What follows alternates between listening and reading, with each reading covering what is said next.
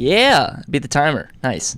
How's it going, everyone? Welcome. My name is Jordan Anderson. Thank you guys for joining me tonight, or today, or whenever you're watching this video. Today we're going to be talking about a very, I won't say it's a strange topic, but you have to kind of be on the bus with me a little bit when, so you're convinced now that it's time to raise your prices, that you need to increase your prices as a wedding photographer. Now I'm going to get you on the boat to say, when, Jordan? If not now, when? When should I raise my prices? When should I increase? Okay, I'm convinced. I'm on the boat. You say I need to raise my prices, Jordan. You say this is how I'm going to attract better clients. So when? Do I just do it now? Do I do it in the off season? Do I do it exactly when do I do this? So I have really only have like two main slides about this because it's such a core topic that I just wanted. There are really kind of two things to really bounce around on it. But first, let me give you kind of a little bit of a business update of what has been going on. Kind of switch over. Yes. Now we have the new updated one. Instead of the bottom bar, I figure it can always be seen at all times. This is kind of dead space anyway, so kind of fill it up with some nice graphics. Business update.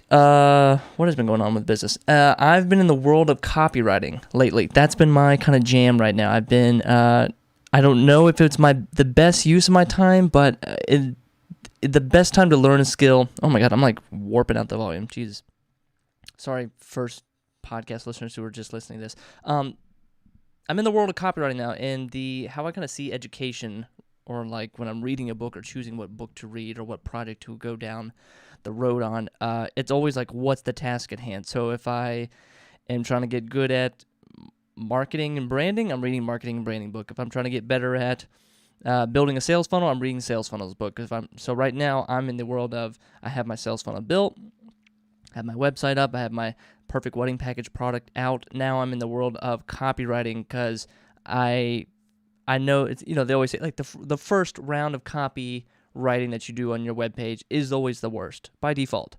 So I am trying to figure out how to get better at copywriting, but again, I still don't know if it's the best use of my time, but I always just have to throw myself into it, get a couple books, get some of the top 5 books that I know in that kind of space, read a couple of them. Some are worth it, some are not, and then dive into it. So that's what that's kind of been my little jam. So I've been trying to figure out what exactly can I say, because I got the video, I got the content, I got the design, I got the look, but I still I know the words are the things that's going to sell, or the story that I say in my words is what's going to sell the picture.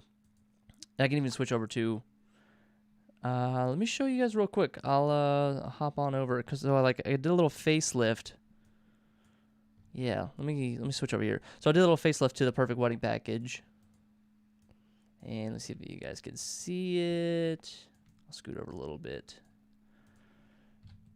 Yeah, so I did kind of a little facelift here, a little bit more elegant, a little bit more, not trendy, but, of the times. Let's kind of, why I was trying to be, too out there, trying to be too me, when it's okay, Jordan, you're selling a consumer product. What is your customers like? What are your customers used to?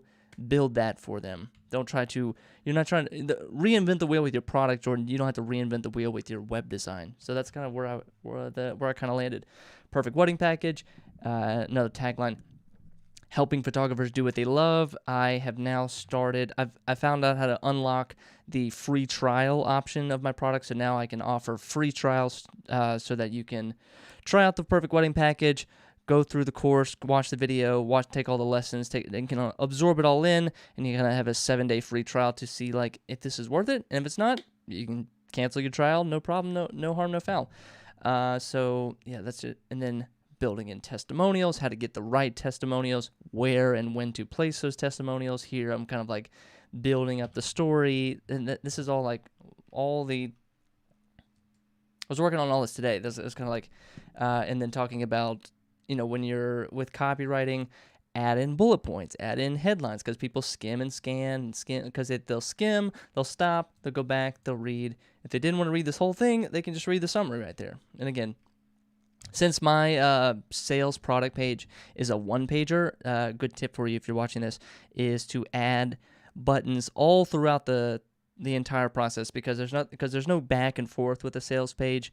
It's just, there's no navigation bar, there's no home page. It's just, this is the page. I don't want you to go anywhere else. So always kind of add those buttons in between. See, there's another button, almost like one per section, in case they get lost and they go, shit, where's the button? Where am I trying to find the sales button? So yeah, so just kind of add a little a nice couple touches to it, you know. Me and my spiffy little tuxedo there, looking like a baller. And, you know, making the, when I put this font on there, it's like, oh, that's how you make a satisfaction guarantee look legit. Okay, yes. Not that it wasn't legit before, but, you know, there's just something that the unspoken about just adding legitimacy to your website. Cool. So check it out, guys. Go to theperfectweddingpackage.com. That is not so much a plug, but just kind of a quick little update, because I am learning about all of this myself. And we're going to do an episode next week about building your digital products, selling your digital products. I want to kind of help you guys in case you're thinking about, because I think it's a great way to kind of add a little bit of revenue income to your business, as opposed so yeah, we'll talk about that next week. But now let's kind of move on to the task at hand today. We're going to talk about when should you raise your prices. There is, in a general sense, I think if the question is like when, what time of year, what time of the season should you raise your prices, I don't think there's really a season to say like, oh, you should raise your prices in the off season so that you get your next round of clients ready for your new prices, or you can always just kind of fall back on the excuse like, hey, new me, new year, new prices. But that's kind of up to you. And I don't really believe I'm just not a big believer of like seasonal prices, or like seasonally raising my prices, or it's like it just.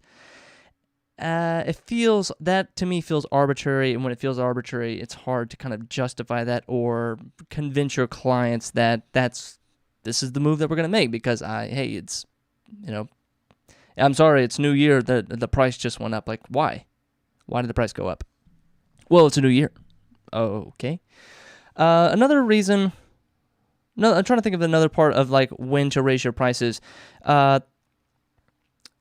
The one slide I have right here, this is I'm just going to switch back over to this. Let me get this kind of slideshow queued up.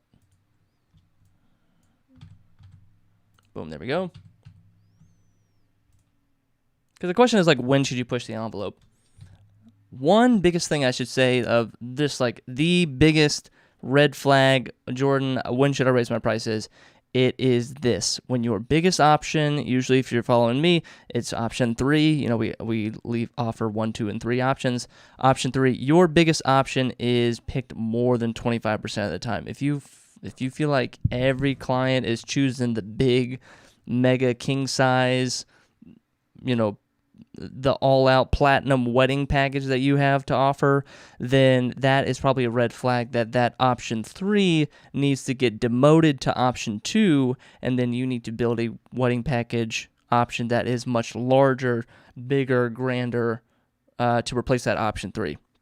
That's a great time to raise your prices, because that's saying that people think that this is a great deal. People think that this is something that is worthwhile, and if they're being picked, I had a conversation. One photographer said that her option 3 was being picked over 50% of the time, and if then it's like, okay, yeah, you need to demote that immediately, because it's such a, when they see that, because option 3, we've talked about this in the past, option 3 it's not a decoy. It's not meant to just be a throwaway option, but it's meant to be the all-out package, every option that you can throw at them at a very large price point that makes them go, yeah, wow, this is a lot of features packed in here, but you know, the price tag reflects it, and I don't think we're going to go with it this time, but every client, I think the rate should be like 1 out of every 5 clients will go with option 3, not 1 out of every 2 client. The other part, so there's this one graph that I want to go over. And I've talked about this. I'm going to talk about this. I'm trying, like, to me, all this content is like a broken record to me. But if this is fresh to you, when you should raise your prices is a great rule of thumb to do is like when you have reached a quota. Like if you have a goal for this year as a wedding photographer, let's say you want to shoot 20, maybe this is your first year, you want to shoot 15 weddings this year. If you get to that number 15 and you have been booking those weddings at whatever, $1,500 or $2,000, let's say $2,000 for easy math. If you've been booking those first 15 weddings for $2,000, once you hit that quota and once you've hit your sales goal, then you should feel great about that. I mean, congratulations. That is great. If you set a goal, especially a revenue goal, especially a sales goal, if you hit that goal and actually achieve it, celebrate that. But usually what happens is you don't just book those 15 weddings, you actually end up booking 16, 17, 18 weddings after that. And an easy trick to try is if you're selling those weddings at $2,000 a package, then the next time a client comes in, you've already hit your sales goal, you've already hit your quota. On that 16th wedding, crank it up from $2,000 to $2,500 and see where it goes. And usually what happens, and you'll be surprised, and this is where it kind of like, I want you to kind of break your limiting belief and kind of break your kind of mental glass ceiling that you've set for yourself, that a lot of the times the client will say yes. They'll say yes to $2,500, and then now that might be, or that could be your new sales number. That could be what your price is at.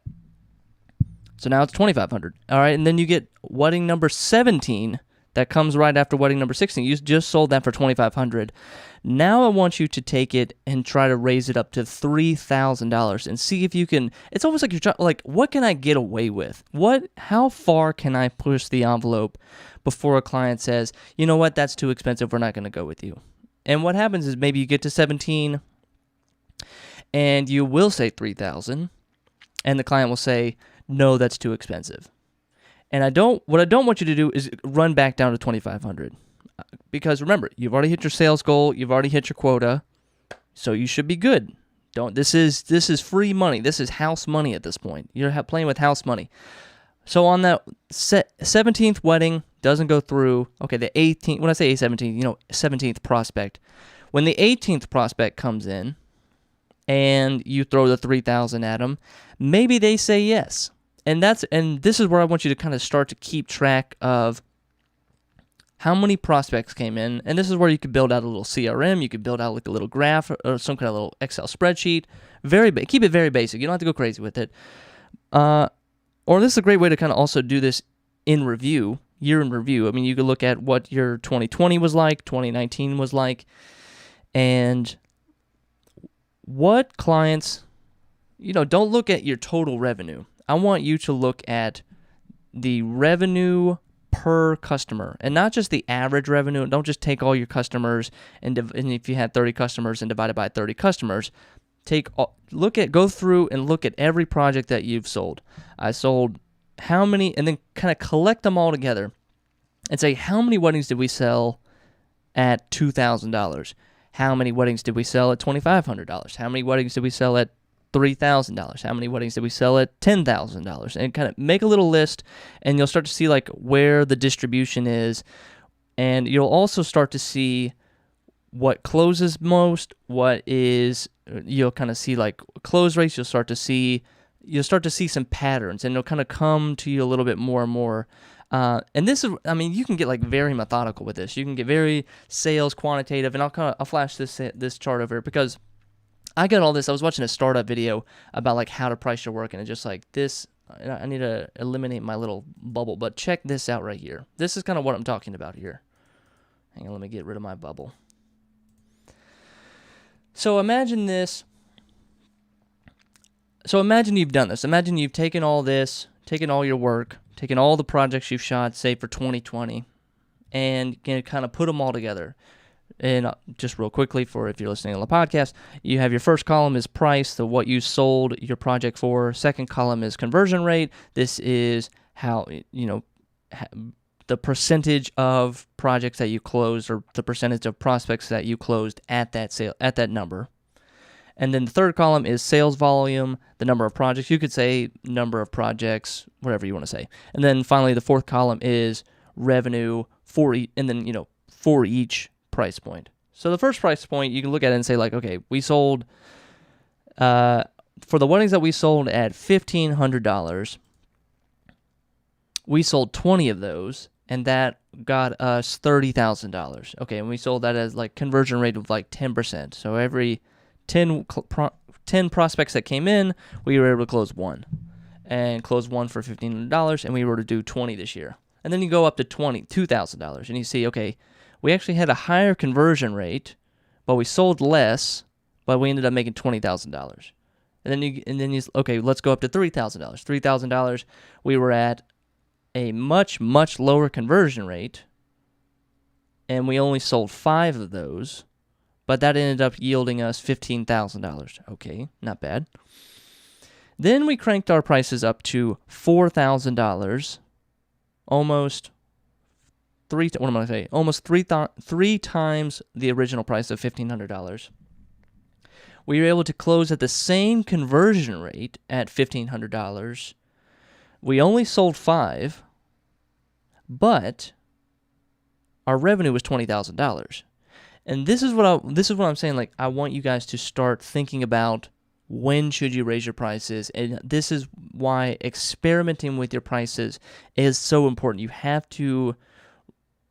You won't know until you know. You won't know what price is good or what price works for your clients or what offer makes sense for your clients until you put it out there and get that feedback from them.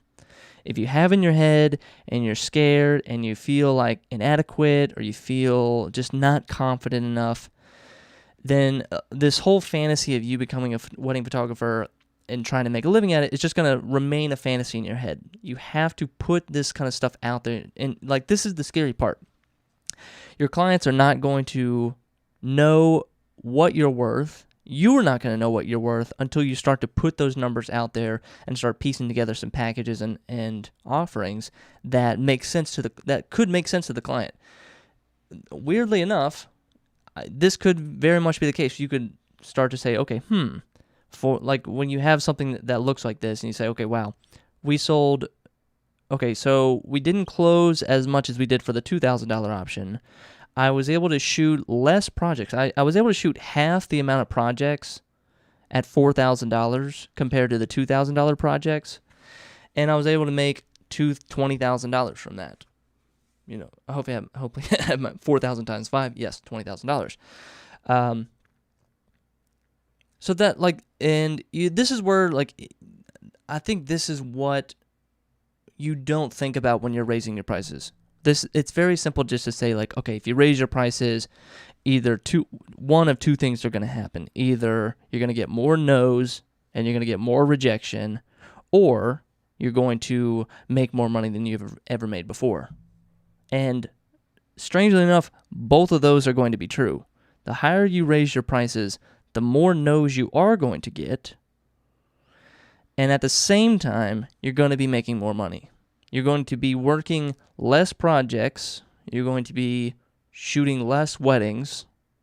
Maybe instead of working Friday and Saturday every single weekend, now you're only working on Saturdays only, or you're shooting 2 weddings a month. But now you're making the same amount of money you were making when you were shooting Fridays and Saturdays, Friday, Saturday, Friday, Saturday. In your sales process, you are going to get no a lot more times, just naturally. Like, it's just higher price point. You're at a higher price point. Of course, you're going to say no, you get no's. You're now, the higher you go, the more you are kind of filtering out lower paying clients. And it starts to become a tougher fight, or it becomes a different fight. You know, you don't want to be, the further out you get into your wedding career, this is something you kind of think about. If you're young and you're first starting, this is your first year, I always say, try to shoot as many weddings as possible. Try to second shoot as much as possible, because you need the experience, you need the reps, you need to get your craft, your style down, your discipline down, your workflow down. You need to, break a lot of eggs in the first year, in the first couple years of your business. But as you go further on in your business, when you're, 3 years, 4 years, 5 years into your business, things are starting to get serious. You're starting to have a lot of repeat clients. You're starting to have long-term relationships with these planners, with these vendors. You are becoming a name. You you're having some staying power with your business. And not to say just you're going to get old and tired, but things are going to get old and tired. Or you're going to start to say, I don't really feel like shooting 65 weddings this year. Last year was pretty brutal. Let me think of a way. What's a different way that I can, maybe shoot 50 or 40, or like I say, the optimal number. How can I shoot 32 weddings a year? And it always comes up that you have to raise your prices. You have to, if you want to earn the same amount of money and work less, you have to raise your prices. The kicker with all this, and the part we all don't want to talk about, is that it becomes now a game of, not to say it becomes a game of sales, but it becomes a game of who can endure the most rejection, and whoever can endure the most rejection, aka, close rates, conversion rates, getting told no by dozens of prospects, whoever can survive that wins, in a way. Now, I'm not saying this is a zero-sum game where I win, you lose, but you win your own game. If you're playing your own game as becoming a wedding photographer, the game becomes, how can I push that? I mean, I think that's where the comfort level comes from. Because once you've mastered your craft, or once you feel good about who you are as a photographer, and you've kind of gotten your style down, you've got your workflow down, that every wedding that you're shooting on and on, after more and more, you get more and more efficient. Everything gets faster. You're working less because you know exactly how to edit. You know exactly what you were shooting for. You nailed focus. You didn't have any slip-ups. You didn't have any mechanical errors or technical errors or anything. And it becomes more. You're becoming more and more efficient as a photographer. And this is where, as you become more and more efficient and start to master your craft of photography, at the same time, you need to keep mastering your craft of running a business, of the sales side of running your photography business, of talking with more clients, or talking with less clients that aren't in your budget range, and talking with more clients that are in your budget range, and starting to get more no's, get more feedback, get more, this doesn't make sense, or this package doesn't work for us, or this is a little bit too expensive, or we would love this, but we can't do this, point A, B, and C. Getting that feedback, getting that rejection, and enduring that rejection. And I get it. A lot of photographers don't want to go through that. A lot of people don't want to go through that. It's tough. It is a tough business to say, I want to go get this year, and my goal for year 2022 or 2021 is to go out and get 500 no's from customers. That's my goal. If I get 500 no's, then I've done a great job. And that, no one talks about a goal like that, but that's what it is. I want to get, because if I get 500 no's from somebody, that means that I've at least talked to 600 people, or 600 clients, or 600 prospects, and 500 will say no, but 100 will say yes. And that's the kind of, not just, it's so cliche in the sales world to say like, oh, it's a numbers game, it's a numbers game. I'm not going to, yeah. But it becomes that game of endurance. So as you are raising your prices, you have to keep pushing the envelope. We have to keep pushing our comfort zone. We have to keep pushing out against who we think we are, who we were in the past. We're no longer that young photographer. We are now a seasoned photographer. We know exactly what we're doing. We know exactly how to move forward, and our prices are going to reflect that experience, that value that we're bringing, the efficiency that we've honed in, our craft, our style. All of that is now reflected in the price. So that and that's what I'm saying. Just move forward. Just give it a shot. Go forward with it. I'll flash this chart one more time, because try to make one of these yourselves in your own business, or go through, look at year 2020, look at 2019 if you have to, maybe this is your first year, or if this is your first year shooting as a photographer, try to make a chart like this and see kind of where it is that what is your price, or what are you selling the most at?